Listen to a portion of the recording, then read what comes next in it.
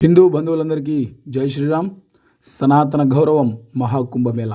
ఈ మహాకుంభమేళకి మేమైతే అయోధ్య, కాశీ చూసుకున్న తర్వాత కాశీ నుండి ప్రయాగ్రాజ్కి బయలుదేరడం అయితే జరుగుతుంది. కాశీ నుండి డైరెక్ట్గా కుంభమేళ దగ్గరికి మనకి ట్రైన్లను అయితే ఉచితంగా నడుపుతుంది బుల్డోజర్ బాబా సర్కార్. మనం ఎక్కినటువంటి ట్రైన్ అయితే ప్రయాగ్రాజ్లో 3 చోట్లయితే 3 విభాగాలుగా ఆగుతుంది. ఒకటి జూసీ స్టేషన్, మరొకటి హరిలాగంజ్, మరొకటేమో సంగం. ఇలా 3 విభాగాలుగా విభజించడం అయితే జరిగింది. మరి మనమైతే జూసీ స్టేషన్లో దిగి అక్కడి నుంచి 3 కిలోమీటర్లు అయితే నడిచి మనం కుంభమేళకైతే చేరుకోవడం జరిగింది. शिव शिव शंभु शंभु है महाकुंभ है, महाकुंभ है, महाकुंभ है, महाकुंभ है। राम त्रिवेणी शंभु शंभु है महाकुंभ है, महाकुंभ है, महाकुंभ है, महाकुंभ है। కుంభమేళాలకి అడుగుపెట్టే ముందే అనుకున్నాం ఇసుకేస్తే రాళ్ళంత జనం ఉంటారని. కానీ ఇక్కడికి వచ్చిన తర్వాత పరిస్థితులు మరీ విభిన్నంగా తయారయ్యాయి.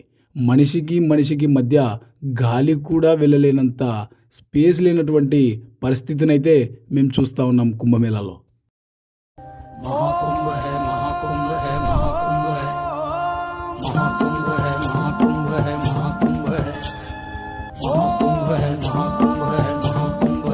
ఈ త్రివేణి సంగమం పైన హెలికాప్టర్లో రోజుకి 10 నుంచి 15 సార్లైనా పర్యటనకు వస్తూ ఉంటారు సీఎం యోగి ఆదిత్యనాథ్ గారు. ఎంతో కట్టుదిట్టమైన భద్రతతో ఈ యొక్క మహాకుంభమేళను నిర్వహిస్తూ ఉంది యూపీ గవర్నమెంట్. మనమైతే ప్రయాగ్రాజ్ నుండి త్రివేణి సంగమానికి కొంతమంది చేరుకునే బ్రిడ్జి మీద నుండి అయితే వ్యూ చూస్తున్నాం.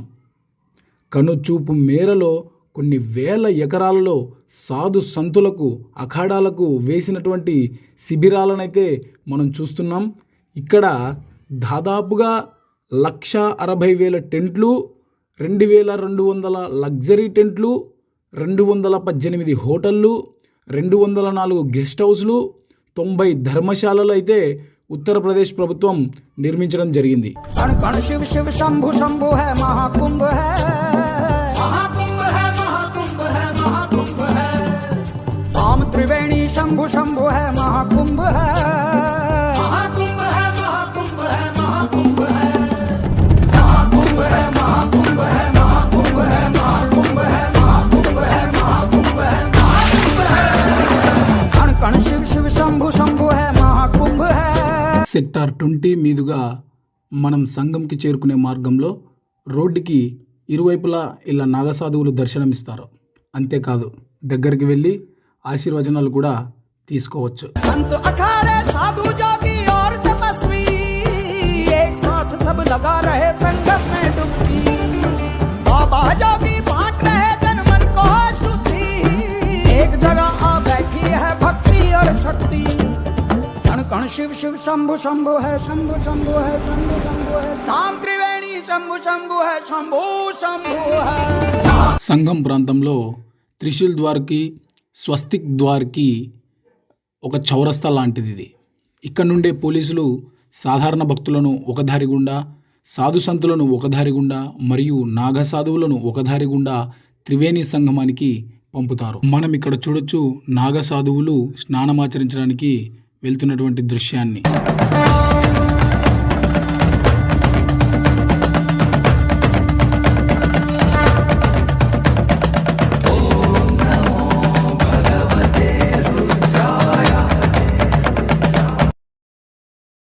మనమైతే 3 రివర్స్ మీటింగ్ పాయింట్ ఆఫ్ సంఘం ఇక్కడికైతే చేరుకున్నాం.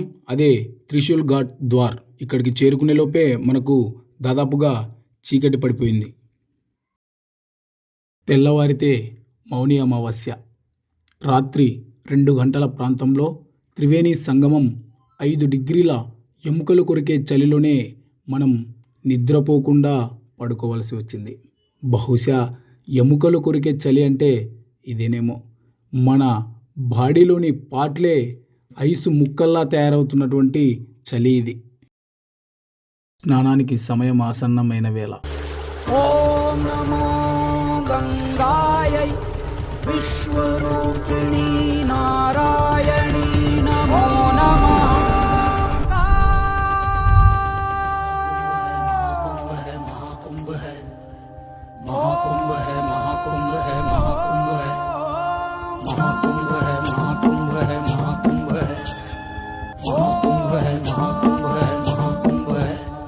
ఈ మహాకుంభమేళాలో పుణ్యస్నానాలను ఆచరిస్తున్నటువంటి భక్తులు.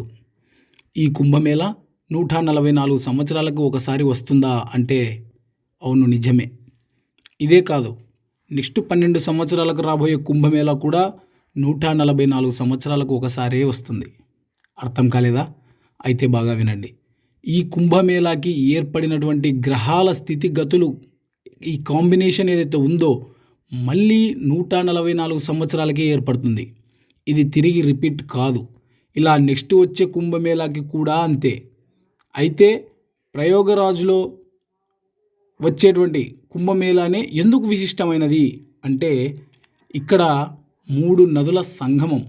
ఈ నదులు తమ పరివాహక ప్రాంతాల నుండి కొన్ని మినరల్స్ని తీసుకొని వచ్చి ఈ సంగమంలో కలుపుతాయి. అంతేకాదు, ఈ గ్రహాల స్థితిగతులు ఏర్పడినప్పుడు ఎస్పెషల్లీ ఈ త్రివేణి సంగమంలో జియోగ్రాఫికల్గా చూస్తే భూమి ఎలక్ట్రోమాగ్నెటిజం చాలా ఎక్కువగా ఉంటుంది. దీనివల్ల మనిషి శరీరంలోని నెగిటివ్ ఎనర్జీ పోయి రోగనిరోధక శక్తి పెరిగి అనారోగ్య సమస్యలు దూరం అవుతాయి. ఇది సైంటిఫిక్గా కూడా ప్రూవ్ అయ్యింది.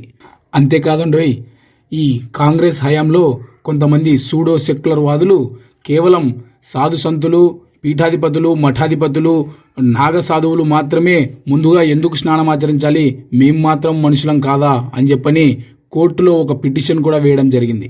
అయితే కోర్టు ఒక నిజ నిర్ధారణ కమిటీని వేసి అసలు అక్కడ ఏం జరుగుతుంది, వాళ్ళకి వీళ్ళకి స్పెషల్ ఏంటని చెప్పని తేల్చుకరమ్మని చెప్తే ఆ కమిటీ సాధు సంతులు స్నానం చేయక ముందర ఉన్నటువంటి pH విలువలను, ఆ నీటిలోని pH విలువలను, అదేవిధంగా స్నానం చేసిన తర్వాత ఆ నీళ్ళలోని pH విలువలను కొలవగా ల్యాబ్కి తీసుకెళ్ళి pH విలువలు పెరిగాయి. అంటే ఆ యొక్క నీటికి శక్తి పెరిగింది. సో సాధు సంతులే ముందుగా స్నానం చేయాలి, వీటికి సాధు సంతులు స్నానం చేసిన తర్వాతే శక్తి వస్తుంది అని చెప్పని ప్రాక్టికల్గా ల్యాబ్లో నిరూపితమైన తర్వాతనే మళ్ళీ ఈ నాగసాధువులందరినీ కూడా కుంభమేళాలో ముందుగా స్నానం చేయడానికి పర్మిషన్ ఇచ్చింది ఆనాటి గవర్నమెంట్. ఈ కుంభమేళాలో స్నానం ఆచరిస్తే అశ్వమేధ యాగం, వాజపేయ యాగం చేసినటువంటి ఫలితాన్ని మనం పొందవచ్చు.